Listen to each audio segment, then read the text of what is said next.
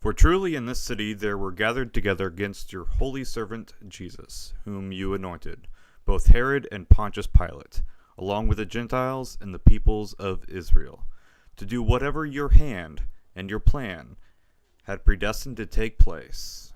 That is Acts chapter 4, 27 through 28. Welcome to Reform Labs, where we do not believe every spirit, but test the spirits to see whether they are from God, for many false prophets have gone out into the world. My name is Kanoa Benz. Welcome to the Reform Lab Bible Study week 4. That we're on. Missed a week last week from just a series of unfortunate events. Adrian had some family that's going through some struggles. My wife was sick. I was out of town in Dutch, and trying to get back to do that was just not happening. Was Lemony Snicket like writing our life for that moment? It was for that moment. Yes. But what we do know, and what we were talking about, that I'm going to be talking about, Lord willing, this evening, is also that God is sovereign through it all. Amen. So we can rest in that. So we're going to be finishing up Genesis, looking mainly at the story of Joseph and how, once again, we are going to see God use what for his good? Evil. All right, suffering. And we are going to see again that he is fully in control of what? Everything in the situation. The good, the bad, the ugly, all of it. Everything. Not some things, he's in control of all of it, as we're going to see. From what we already saw in the beginning, moving through, we're going to see it again. And if you guys are having trouble with God being in control, then you're not trusting that he's a good God and is going to do good. And that's kind of what we want to do. We want to try and take control from God, because we think we could do better, and we cannot. And we'll see it. The Bible is going to teach us over and over that we cannot. But the thing is, and if you're not and you're believing it, then praise be to God. So hopefully you're enjoying that. But before we get into it, let me introduce who we have here today. Our special guest, with 8 legs, the M. balfourii, the sassy, classy tarantula. Yeah, you can see it right there in the eyeball of the cow skull. Yes, I do have. So if you're wondering what's in the center of this desk, there's about like 10 tarantulas living in this thing. Oh, goodness. And one of them decided to come out and say hi. So that is our special guest for today. So if you don't like tarantulas, then just cover your eyes for a couple you can seconds. see her right there, right next to that little leaf right there. So that's our lovely guest. And also our lovely guest that also has pretty decent looks, too, just like the spider, in my opinion. The man with the beard of John Calvin, as said so by everyone.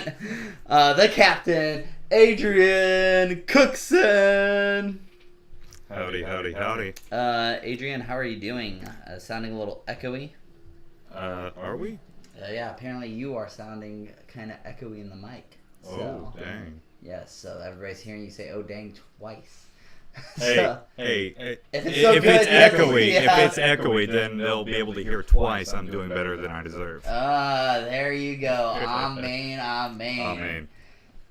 So, and if you know, you know. All right, Adrian, what do you think of God's sovereignty? It's good. It's good. Yeah, it's perfect. God created. I'm glad he's sovereign. Yeah, you're glad he's sovereign. Yeah, you better be. Yeah. If he's not, then we're. I mean, if he's not in control, then dang. So that's it's a bad day if he's not. Yeah. But thank God that he is. And I have had, and I'm sure you had too, this debate many times before. And God has been more than good in allowing me to understand this topic. And he has been gracious by allowing me to continue to teach about his sovereignty and working all things for his good and his glory.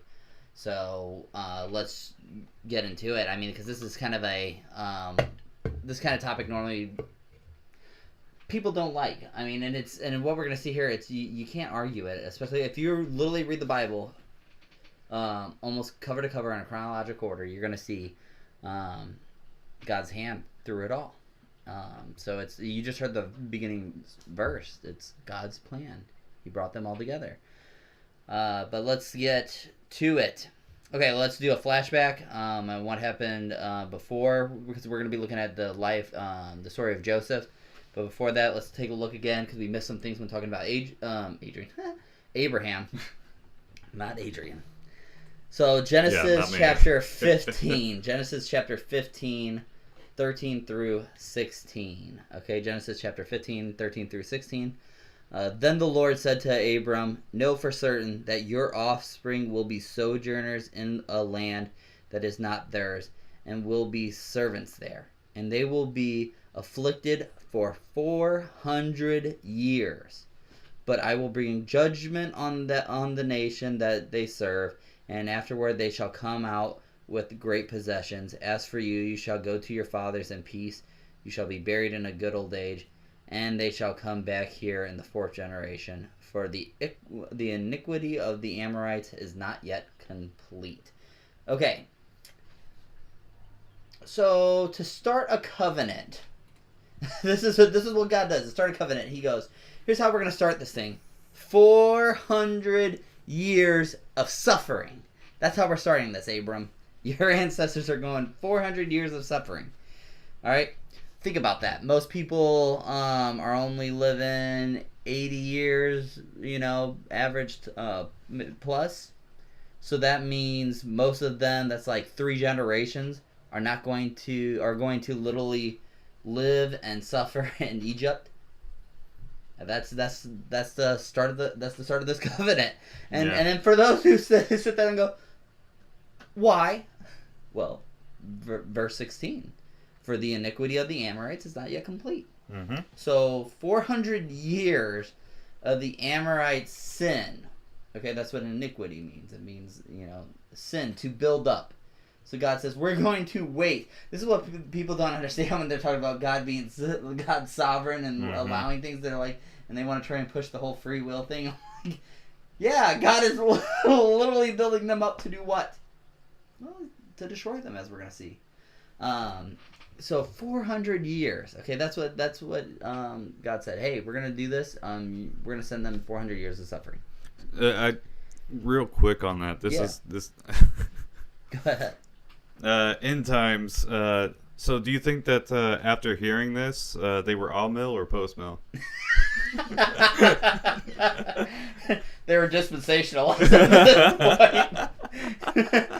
They're all John MacArthur's. They're all sitting there going, Abram, we lose down here in Egypt. 3 generations of us, we lose.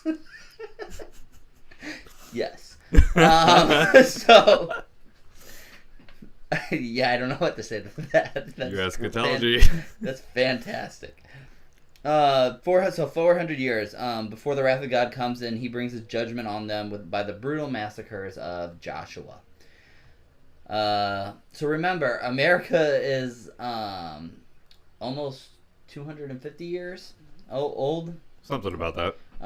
And we already have the leaders that we deserve right now. Mm-hmm. So it's just kind of like, hey, just remember, like, we're not even as America, we're not even at that point. It's just to give you kind of a little bit of a picture of timeline. So then again, because of the Amorites iniquity, and then here's the thing is, and then God reminds them before He sends them into the promised land. He reminds them in Deuteronomy chapter 9 verse 5. He says, "Not because of your righteousness or the uprightness of your heart are you going in to possess their land, but because of the wickedness of these nations, the Lord your God is driving them out before you, and that He may confirm the word that the Lord swore to your fathers, to Abraham, Isaac, and to Jacob." All right, so He's already telling them. He's like, it's not because you guys are good that we're doing this. He says it's because they're evil. Okay, and God, and here's the thing is, this is, you want to talk about people saying God is an unloving God. He if He wanted to, He could have just stomped them out right now. Mm-hmm. Why wait 400 years? Because God is merciful. So it's He's patient. Yeah, and he's patient. That's why when we stand there, when we're preaching at the clinics, and we're warning them, and we're saying they're like our people, like teenagers. They'll as we have a teenager now in our house, teenagers like to do the whole heard many times too, and old jobs I had is you'd have teenagers go, I'll repent later. I'll get to that later. I'll get to that later. I'm like, no, the fact that you're alive and breathing today is God's mercy, and that mercy is to lead you to repentance. Yes. Not to mock, because all you're doing is building and storing up that wrath, and as Jonathan Edwards says, and it's coming, and your feet will surely slip. All right, so let's get back into Genesis. So God makes a covenant, says he's starting his relationship with his covenant people by starting it out with 400 years of suffering in Egypt, so that he can bring judgment on the Amorites. So how does he come about this? Like, how does he do this? Well, we're going to see God is using Joseph to set the stage on getting the people into Egypt. So the story of Joseph is way bigger plot than what we might have thought, because it's not just about just Joseph. It's literally about God bringing his people into there. But let's see how that story takes place. So Genesis chapter 37, we're going to go to for real quick. Looking Genesis chapter 37, 1 through 4. Jacob lived in the land of his fathers, sojournings in the land of Canaan. These are the generations of Jacob. Joseph, being 17 years old, was pasturing the flock with his brothers. He was a boy with the sons of Bilhah and Zilphar, his father's wives, and Joseph brought a bad report of them to their father. Now Israel loved Joseph more than any other of his sons, because he was the son of his old age, and he made him a robe of many colors. But when his brothers saw that their father loved him more than all his brothers, they hated him and could not speak peacefully to him. So sorry if I butchered reading that for a little bit, but here, so you have Joseph. He was the son that was in Jacob's, his older of his life, favorite son, loved him more than the others. And notice the words here. All right, his brothers. It says they hated him and could not speak peacefully to him. They could not speak a kind word to him. Why not? Didn't they all speak the same language? Like, were they able to speak words? Well, the answer is in verse 8. They could not because they hated him. It's the same reason why nobody can come to Jesus on their own. It is why we need to be born again, because they cannot. All right, we cannot come to Jesus on our own. Why not? Well, they cannot because they will not, and they will not because they hate Jesus. Ephesians chapter 2.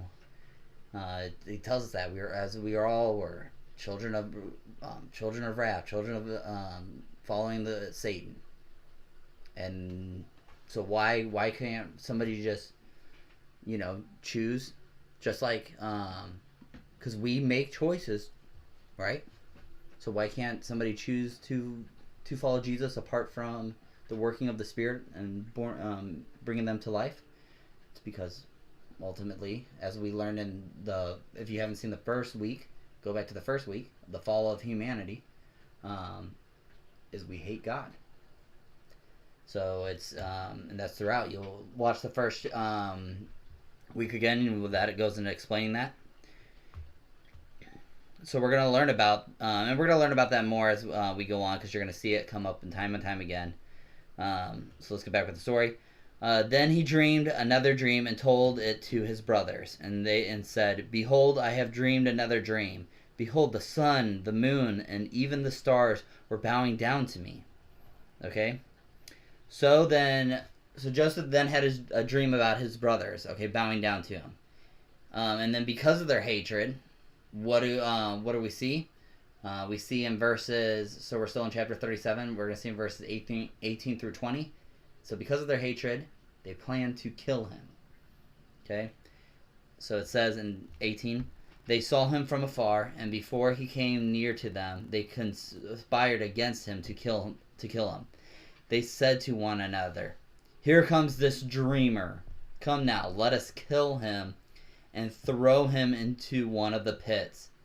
Then we will say that a fierce animal devoured him, and we will see what will become of his dreams." All right, so they're saying, we're going to put a stop to that dreams.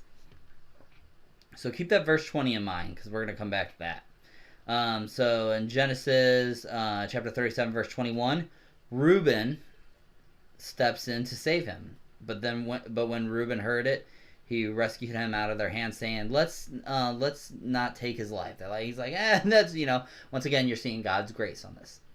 Okay, let's not take his life. But then they end up selling him. So go to verse 22. And Reuben said to them, "Shed no blood, throw him into this pit here in the wilderness, but do not lay a hand on him, that he might rescue him out of their hands to restore him to his father." So when Joseph came to his brothers, they stripped him of his robe, the robe of many colors that he wore, and they took him and threw him into a pit. The pit was empty, there was no water in it. Then they sat down to eat. And looking up, they saw a caravan of Ishmaelites coming from Gilead? Gilead. Thank you. That's why he's here. With their camels bearing gum, balm, and myrrh on their way to carry it down to Egypt. Then Judah said to his brothers, "What profit is it if we kill our brother and conceal his blood? Come, let us sell him to the Ishmaelites, and let not our hand be upon him, for he is our brother, our own flesh." Well, that's really nice of you, Judah. Yeah, before you were wanting to kill him. Yeah, before, let's kill him. And then there's like, he's our brother after all. Time out. We're not going to make a profit out. What do we gain from this? Let's make a profit. Oh, well, that's really nice of you. And his brothers listened to him. Then the Midianite traders passed by, and they drew Joseph up and lifted him out of the pit and sold him to them for 20 shekels of silver. They took Joseph to Egypt. When Reuben returned to the pit, he saw that Joseph was not in the pit. He tore his clothes and returned to his brothers and said, "The boy is gone, and where shall I go?" Then they took Joseph's robe and slaughtered a goat and dipped the robe in the blood. And they sent the robe of many colors and brought it to their father and said, "This we have found. Please identify whether it's your son's robe or not." And he identified it and said, "It is my son's robe. A fierce animal has devoured him." Joseph is without a doubt torn to pieces. Then Jacob tore his garments and put sackcloth on his loins and mourned for his son many days. All his sons and all his daughters rose up to comfort him, but he refused to be comforted and said, "No, I shall go down to Sheol to my son, mourning." Thus his father wept for him. Meanwhile, the Midianites had sold him in Egypt to Potiphar, an officer of Pharaoh, the captain of the guard. All right. Those are some awesome brothers and awesome sons, man. They're bringing grief to their dad. Yeah. Well, yeah. Let's kill him. All right, and this is going to be interesting too, because pay attention to who was for the killing, and then who was for the selling. Okay. Keep in mind Judah. All right, because there's going to be something interesting that happens with Judah again toward the end of this book. But yes, so wicked Judah, wicked brothers, sell Joseph. They said, "Let's see what will become of this dreamer." And here's the thing that we're going to see. Again, like Job, we see God using suffering for good, because this is the plan. Okay? We already heard that he already told Father Abraham, way before, years before these guys, he already said, your ancestors are going to Egypt. Alright? So, is God sitting there in heaven going, "Oh, wow, I didn't see that coming at all"? No. Alright? So just like Job, God's going to use suffering. Now, his brothers thought they were destroying the dreams. Remember, we'll see what becomes of this dream. But they have no idea what God is doing. Okay? So then time kind of goes by. Things are starting to look up for Joseph. But then Potiphar's wife decides she likes what she sees. So go to Genesis chapter 39, 11 through 20. But one day, when he went into the house to do his work, and none of the men of the house was there in the house, she caught him by his garment, saying, "Lie with me." But he left his garment in her hand and fled out of the house. And as soon as she saw that he had left his garment in her hand and had fled out of the house, she called to the men of her household and said to them, "See, he has brought among us a Hebrew to laugh at us. He came in to me to lie with me, and I cried out with a loud voice. And as soon as he heard that I lifted up my voice and cried out, he left his garment beside me and fled and got out of the house." Then she laid up his garment by her until his master came home. And she told him the same story, saying, "The Hebrew servant whom you brought among us came in to me to laugh at me. But as soon as I lifted up my voice and cried, he left his garment beside me and fled out of the house." As soon as his master heard these words that his wife spoke to him, "This is the way your servant treated me," his anger was kindled, and Joseph's master took him and put him into prison, the place where the king's prisoners were confined, and he was there in prison. So Joseph does the right thing, which 80% of men, maybe probably 90, would not do. Beautiful Egyptian woman says, "Lie with me," and starts grabbing him, and he leaves his own clothes behind and just gets out of there. Whatever you guys should do. We call those guys simps. Is that the term? Yeah, that's the term. And she's being a thought. Yeah, I was like, all right, what was the one that Adam was? A floozy? A floozy? Yeah, she is being not a nice gentlemen lady. Out there, be like Joseph here. Yeah. Be based. Yeah. Be a Sigma Alpha Chad. Yeah, seriously. So again, Joseph does. Here's the thing: is for Christians, okay? I want to see this preached at a Word of Faith, one of those prosperity gospels. You do good, and God will bless you. Joseph did really good here. He did fantastic. And how was he blessed? Yeah. Thrown in prison. Yeah. That's thrown in prison. Okay. Lied about, tossed about. Yeah. So it's now some things. Now here is some hope that we have because we get to see. Remember, this was all written for us, so that we can see. Is that we can see God working through it all. Okay, because we kind of get an outside picture. Joseph did not. Peter says that we can rejoice in our suffering when we're suffered for like when we're doing the right thing and we get wrong instead.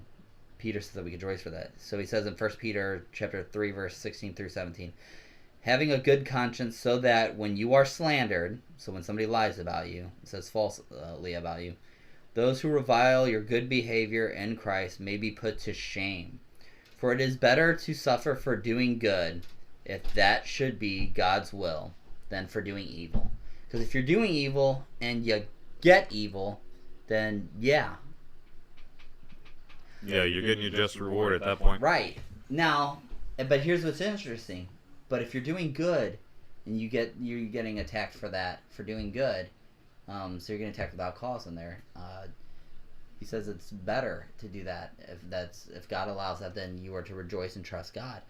Jesus even goes so far to say in Matthew chapter 5 verse 10 through 12, he said, "Blessed are those who are persecuted for righteousness' sake, for theirs is the kingdom of heaven." If that is not something we need our teens to hear, like especially if they go to a public school, when they're around that all the time and they hear, because that's normally you're probably from foster parenting again and seeing some of the teens that we've had go to middle school and high school and stuff. It sounds like at least half, if not 3/4 of the kids in there are going to be LGBTQ whatever S2 plus are all involved in that in most of the public schools around. So if you have a kid that's going to a public school that's Christian, they're not going to be doing the in thing, and so they're going to be attacked for that. I hear stories all the time. They're like, oh yeah, there was this kid, and then you said I was a Christian, and everybody was like going after him and stuff. Now, I've had good conversations because of that, because they're like, what would you say if somebody was questioning that? And I was like, I'd say that person's a fool, I'm just kidding. And I'd tell that atheist, he can't account for knowledge. No. But, so it's just interesting to hear what's going on in the public school stuff, and it's not good. So you got to have your kids prepared for that, because if you're sending them there, the indoctrination station. So, but now, going back, sorry. But blessed are you when others revile you and persecute you and utter all kinds of evil against you falsely on Jesus' account. Rejoice and be glad, for your reward is great in heaven, for so they persecuted the prophets who were before you. Okay? So, and that's something to keep in mind, too, for Joseph's situation. Okay? So he did good and got thrown in prison. So wouldn't that be a moment to sit there and go, God, I'm just trying to do what is right. You know what I mean? We've all been there. We're sitting there going, come on. But it's, let's see how this goes. So is God avoiding Joseph at this point? Is God sitting there going, oh man, I didn't see Potiphar's wife. Like, oh, that was a curveball. So now Joseph is in jail, and he's put in charge of the attending to the people who were thrown in jail. And he ends up getting placed with, or running into, in prison, a cupbearer and a chief baker. They both have dreams. Joseph interprets them, and tells the cupbearer. So he interprets the dreams. He tells the chief baker, it's not going to go good for you. He tells the cupbearer, hey, it's going to go good for you, and you're going to go up to Pharaoh. And then he tells the chief cupbearer this. He says this is in Genesis chapter 40 now. Okay, Genesis chapter 40, verses 14 through 15. He says, only remember me when it is well with you, and please do me the kindness to mention me to Pharaoh, and so get me out of this house, for I was indeed stolen out of the land of the Hebrews, and here also I have done nothing that they should put me into the pit. Okay? And then it says, so he tells the chief cupbearer as he's getting like, hey, remember me. Okay? So here's how it goes in Genesis chapter 41. After 2 whole years. Dang. After 2 whole years. You know how people say God's timing is different? Yeah. Would you expect 2 years? Would you be patient? You know what I mean? It'd be difficult. Yeah, extremely difficult. So then, but again, God's time. Mm-hmm. God does as he pleases, and that's how it is. So Pharaoh has a dream. The cupbearer, after 2 years, he goes, oh yeah, there's this guy Joseph in prison. Remembers Joseph. So he calls up Joseph then to help interpret Pharaoh's dreams, and God and Joseph, by the help of God, interprets the dream perfectly and impresses Pharaoh, that Pharaoh makes Joseph second in command. Okay? So then to continue on with the story, so you know how it goes if you're familiar with the story. So then 7 good years come, and then 7 bad years come, and then now after 22 years from being thrown into that pit by his brothers, Joseph's brothers now come down to Egypt, looking for food because of a famine that went through. The same brothers who wanted Joseph dead, who hated him. Remember? They could not say a kind word. Why? Because they hated him. Now they need Joseph's deliverance. Okay? It's payback time, right? That's how most of us would think. And you know the story. After some drama unfolds, he ends up saving them. Joseph ends up saving his brothers. and then bringing them all down to Egypt with him. And then we get this reflection time in the next couple chapters. Because remember, how did they end up here? Okay, how did they all end up down in Egypt eventually? And how did Joseph get there? Well, through attempted murder, greedy slave dealing, falsely accused by Potter's wife, or a shorter way of saying it, through sin. So how Joseph ended up in Egypt and ended up in the second area was all through the sins of all those people. Right? So now we get to this reflection time. Because here we go now, sorry. So here's the verse that I want you guys to see. Okay? So it's weird that we get to this reflection time where Joseph's talking with his brothers and he looks back, but then we see something interesting in here. And I even want to throw this up on the screen. It's going to be Genesis chapter 45, 5 through 8. And it says, "And now do not be distressed or angry with yourselves." Joseph is talking to his brothers. "Because you sold me here. For God sent me before you to preserve life. For the famine has been in the land these 2 years, and there are yet 5 years in which there will be neither plowing nor harvest. And God sent me before you to preserve for you a remnant on the earth, and to keep alive for you many survivors. So it was not you who sent me here, but God. He has made me a father to Pharaoh and Lord of all his house and ruler over the lands of Egypt." Look at that, okay? So here's what you need to highlight, okay? So who's Joseph saying sent him to Egypt? He said God sent. But wasn't it his brothers? Wasn't it the people they sold them to? Well, what is he saying? He said God planned this. God sent me here. God sent me before you to preserve. So it was not you who sent me here, but God. And if that's not clear enough, let's go to the next verse, Genesis chapter 50, verse 20. Okay, again, get that highlighter out or underline or whatever you do for note taking. Yes, you can highlight your Bible. It's okay. I do not.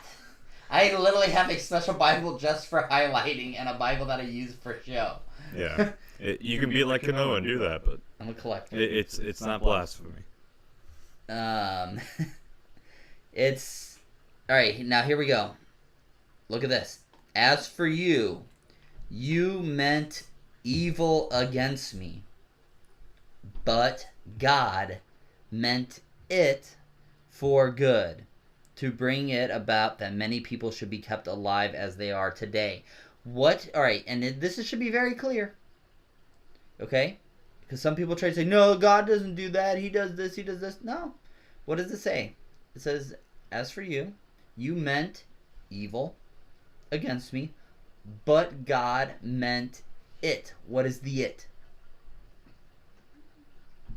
The evil? Yeah, the evil actions that his brothers did. Yeah.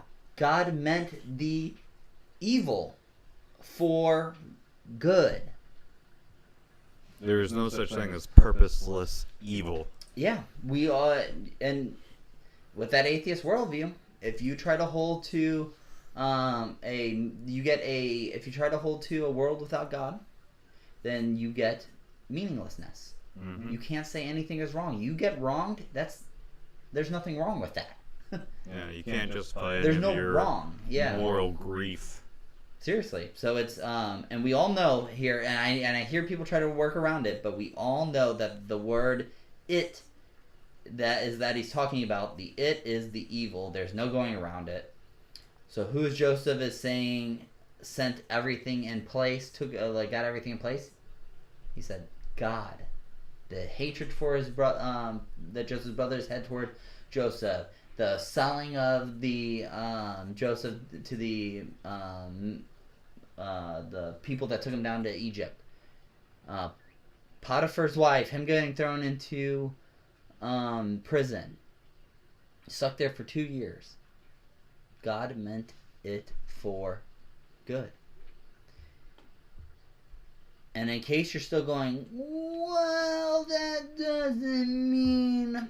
Here's what the writer of Psalms, this writer of one of the writers of the Psalm 105, verses 16 through 17, wants you to know that it was God who even brought the famine on the land.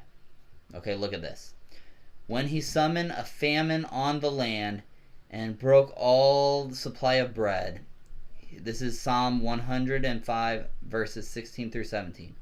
When he summoned a famine on the land and broke all the supply of bread, he had sent a man ahead of them, Joseph, who was sold as a slave. So who even sent the famine? It's, if you know who they're talking about in this chapter, it's God. Is a famine a good thing, Adrian? Well, to some politicians it is. Because then you get to stand in bread lines, and that's a good thing. That's a good thing. No. All right? Famines are not to them. Wow. Wow. So famines are not a good thing. That's destruction. That is bad. That's people without food. Okay? So that, and yet, who are they saying brought that? God. Who did he bring it on? Just the wicked people? No. The evil and the good. So are we seeing God being in control?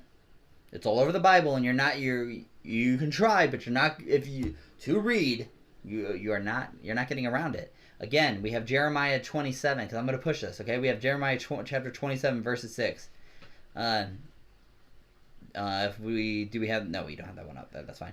Now I have given all these lands into the hand of Nebuchadnezzar. This is God talking. This is God speaking through Jeremiah, telling him, okay? This is what God's saying. Now I have given all these lands into the hand of Nebuchadnezzar, king of Babylon, my servant. And I have given him also the beasts of the field to serve him. Okay? Nebuchadnezzar, the one who attacked Jerusalem, took the God's people into slavery. What did God just call him? He said, my servant. He called Nebuchadnezzar his servant. He sent Nebuchadnezzar. And again, and here's the thing is, before you get carried to where it's, well, not all the, no, okay, because here's another one. Okay, God even uses wicked spirits to carry out his plan. Judges chapter 9, verse 23. All right, this is the Bible. This isn't me just coming up with stuff. This is in the Bible. That's why I'm quoting it. Judges, and this is not the only verse. Okay, we don't have. I do this all the time. Everybody always, when they want to, you can watch the debates I've done on Facebook and stuff. It's you'll have people comment and go, show me the verses, and I literally send them a page. And you know what drives me crazy? I don't get a response back for that. They throw out their 1, maybe 2, 3 verses, and I refute those verses. And then I send my pages, and I don't even get normally 1 response back. And then they'll sit there and go, oh. Well, they're used to Christians going into the kitchen, opening up the drawer, and getting a cookie cutter out, and baking away. Yeah, and baking away, like he said that. Yeah. They bake out the verses that they don't like and what have you, so. Well, and they have to. I mean, because you want to have that free will so bad. So it's, and it's you're not going to have it like that. And by the way, it's not an unalienable right or inalienable. Yeah, that's part of the Constitution. That's not part of the Bible. But Americans were like, no! I want my free will and I want it now. We're like the Mormons. We're like, we just tack that one on the back. Alright, so here's the thing is, God even uses evil spirits. He even uses Satan. We saw this in Job. He says, Satan, this far, no further. And what did Satan do? Did Satan use some kind of free will and say, wait, you don't want me to kill. You would really like it that I don't kill Job? You know what I mean? It's no. Satan had to follow the rules. And here's what in Judges chapter 9, verse 23. And God sent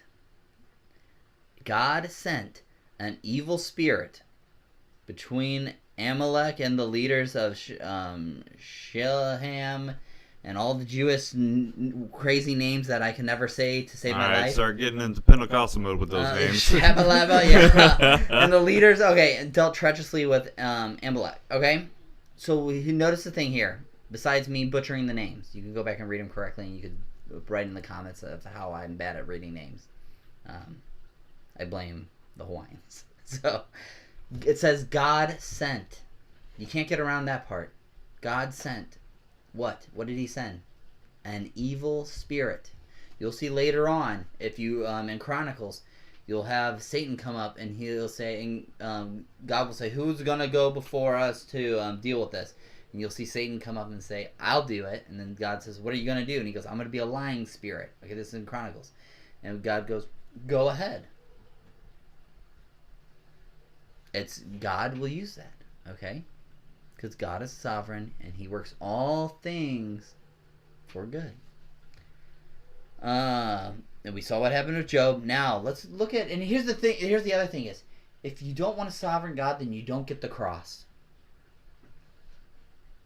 You don't get the cross. You get an accidental gamble of, whew, that was a close one. A Hail Mary, let's just throw Jesus on the cross and hope it works. Oh, yes. No, it was planned from the beginning. We saw it already in Genesis. It was already the plan. Look at this. God already told Abraham, your relatives are going to Egypt, and they're going to be there. And we saw that God brought it to pass. So when God made the promise for the cross, did we really think that he wasn't going to make all that work it out? Because guess what? What we're going to be seeing, he's working out the plan for the cross now. Through all this we're seeing. So let's look at this verse, because here's the thing is how planned the cross was for it. We have that one? Yeah. Acts chapter 4, verses 27 through 28. For truly in this city there were gathered together against your holy servant Jesus, whom you appointed. All right, this is God is working this. Both Herod, Pontius Pilate, along with the Gentiles, and the people of Israel, to do whatever your hand and your plan had predestined to take place. Okay? What Herod, Pontius Pilate, the Gentiles, and the people of Israel. What role did all those people play in? It was evil. Jesus' death on the cross was the most evil thing to ever take place. Yet they are saying it was all planned by God to do whatever your hand and your plan had predestined to take place. Now remember, God doesn't have to make wicked people do wicked things.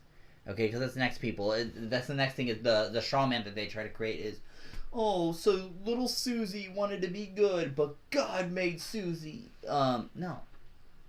We saw the fall of humanity. In Adam, all died. So. Yeah, and we can see this with Joseph's brothers. God was actually restraining evil. We want to kill him. Yeah, we want to murder our brother, but then God's predestined plan set up Reuben. No, let's do it this way. And Judah said, okay, let's do it this way as well. So, and here's the thing is too with that. For Job's situation, remember the who was it? The Amorites or whatever as another group. They wanted to raid. That's what they were known for, doing that. Did God have to tell people who liked stealing sheep to steal sheep? No. All right. So it's And so remember, as Adriana brought up, because they could not speak a kind word to it. Why? Because they hated him. God is just handing them over. When you see the hardening of heart, it's just God giving them over to what they really want to do. Adrian said it right too. It's God is actually what he's doing right now is restraining evil. So God doesn't force evil people to do evil. He just allows them to do what it is in their nature to do.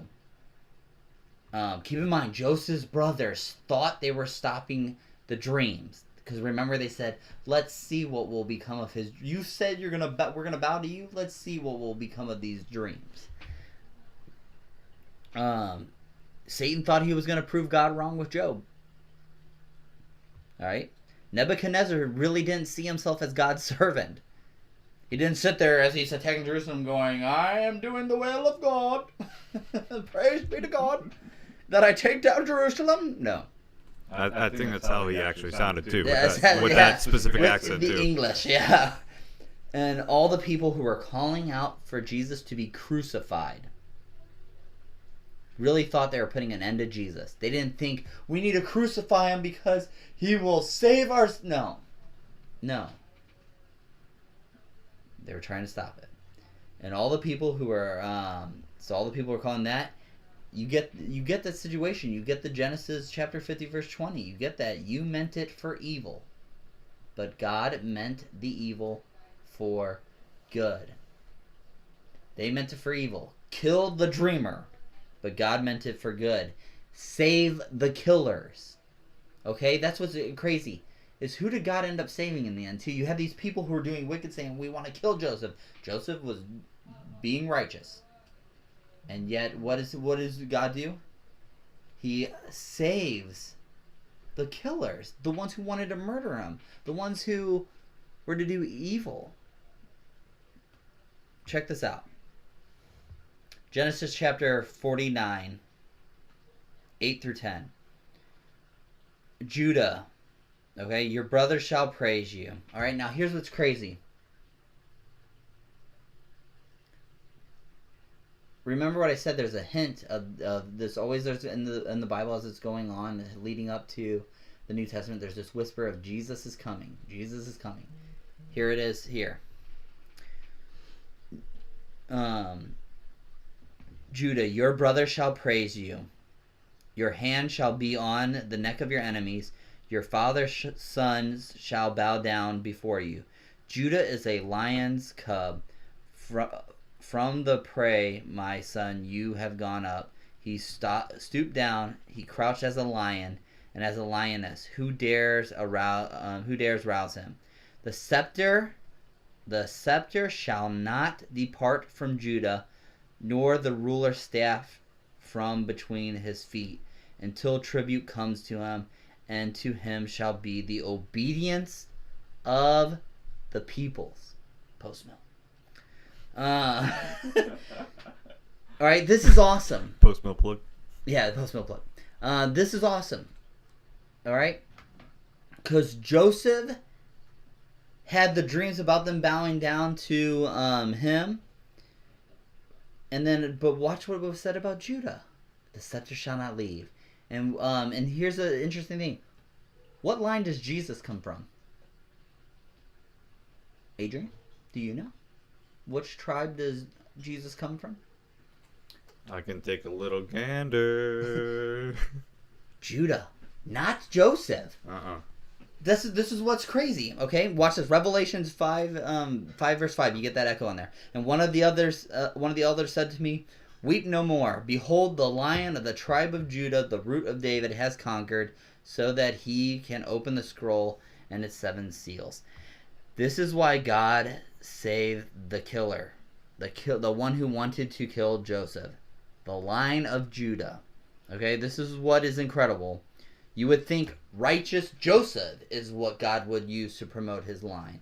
You would think the ones who get rewarded in the stories, in Job's story, Elihu had it right, wasn't called one of the ones that had to repent.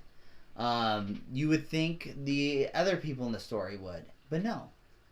Who's the one? And we're going to see and later on coming up. Another one of Jesus' family line is what we're going to see. And it's not going to be who we suspect. And that's just what's incredible. You would think it's righteous Joseph, but no, it is actually wicked Judah. And why? For God's glory. For God's glory. Soli Deo Gloria. And this is like, and if you, why does God do it like this? It's he kind of says this. You see in Daniel chapter 4, verse 35, all the inhabitants of the earth are accounted as nothing, and he does according to his will among the hosts of heaven and among the inhabitants of the earth, and none can stay his hand or say to him, what have you done? All right, because God does what he pleases, and nobody's able to question what he does, because he does everything good, right, and perfect. Job tried to. It didn't work out for him. God said, where were you, Job? And then we have also this in 1 Corinthians where God echoes this again. 1 Corinthians chapter 1, verses 27 through 31. But God chose what is foolish in the world to shame the wise. God chose what is weak in the world to shame the strong. God chose what is low and despised in the world, even things that are not, to bring to nothing things that are, so that no human being might boast in the presence of God. And because of him, you are in Christ Jesus, who became to us the wisdom of God, the righteousness and sanctification and redemption. So that is written, let the one who boasts, boast in the Lord. God uses anybody he wants, whenever he wants. It doesn't matter. He uses rich Lydia. He can use poor person who has nothing. He can use the wise, Solomon. He can use the one who is not, Peter. So he does that. Why?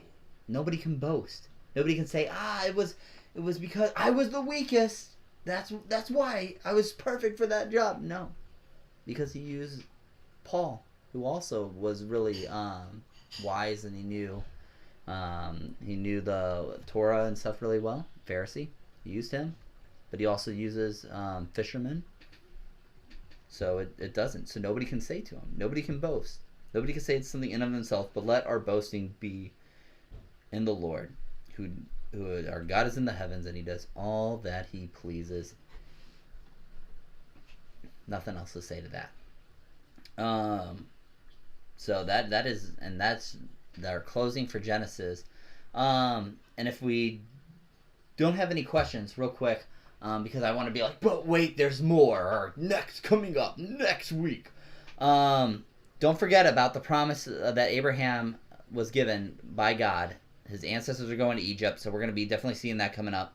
We're going to be talking about now moving into Exodus, and it'll probably it'll be a lot better than Jordan Peters, because at least we believe the Bible. So we have Egypt coming up. We're going to see what happens to now. The 400 years are now complete, and God is going to wreck house and start preparing to move people in place. So we're going to see, again, a pattern of how God's sovereign over every situation in Egypt. And again, we're going to see a pattern on how God uses victory. He's saving victory happens through the sin and suffering. It's all in the Bible, and we're going to see, you're going to see later on, his disciples are even going to miss it, too. Once you get further up to Jesus' line, they're going to be like, oh, it's all ruined, Jesus died on the cross. But again, God uses, that was the most evil act, and God uses it for good.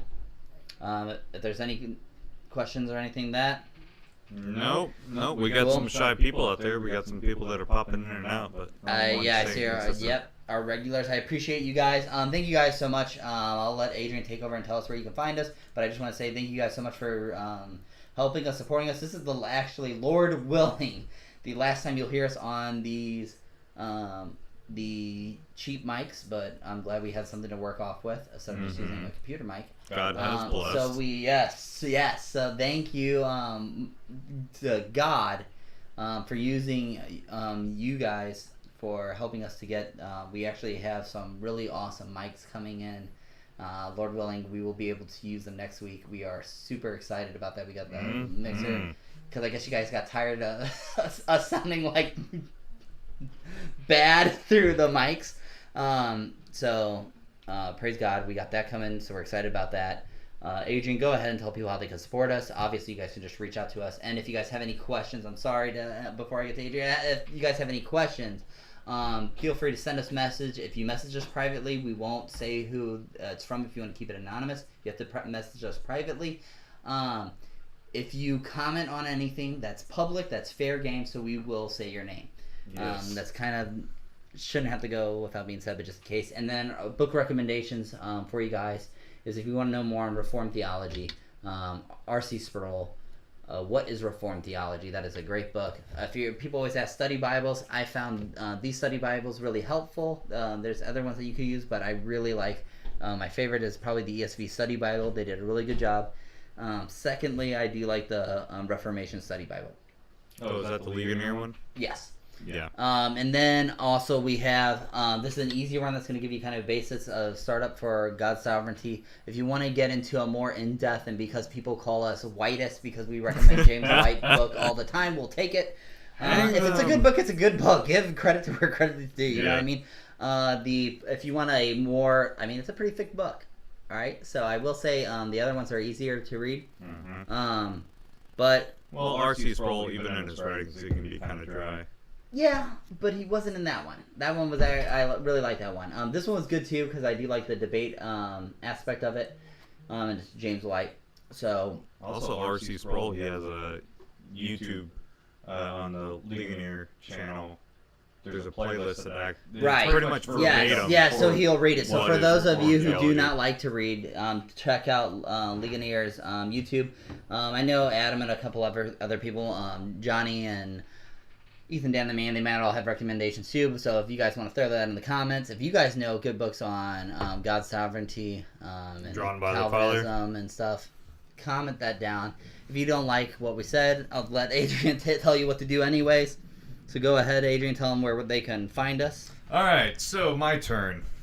So, of course, Facebook. If you're watching on Facebook, you already know that. If you're watching on YouTube, you already know where we are. But just yeah, we're on actually, Twitter. Yeah, we're moving up. We're actually streaming on Twitter right now.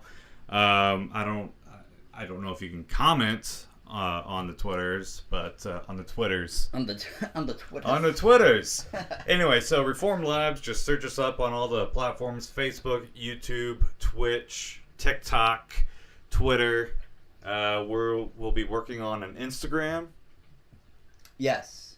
I will work on that.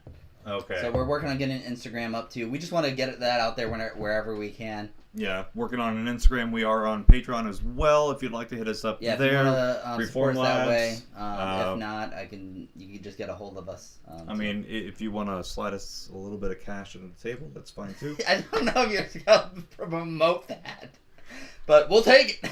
We'll take it. Any type of equipment that you suggest, or if you want to donate stuff, we've already got some donations on that as well. Yep. Hold off on. We do not need the mics. We got really we're good on the mics. Yeah, we got the switchboard coming on. Let's see, reformedlabs@gmail.com. You can email us there. Again, as Kano already said, if you slide into our DMs, we won't mention your name. But if you comment publicly, it's fair game. Feel free to share, like, subscribe, follow. If you dislike the content, if you think that we're stupid, we don't know what we're talking about, still share. And tell us about it. Yeah. So tell us how stupid you think we are, and also tell your friends how stupid you think we are, and share this content as well, and say, hey, look how stupid these guys are. Laugh at them. Feel free. You can even laugh at the beard and mustache. You might be in awe. You might be laughing because you're jealous. Yeah. But anyway. All right, so that wraps it up. Thank you guys so much. So that's it. So prayers for Adrian's family, because his dad is not doing so hot. Yeah, so prayers for Adrian's family.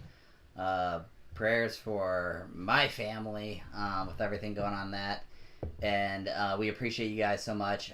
Thank you so much. Aloha, keokuapu, yesu pu. God be with you. And we'll see you next time. Bye-bye.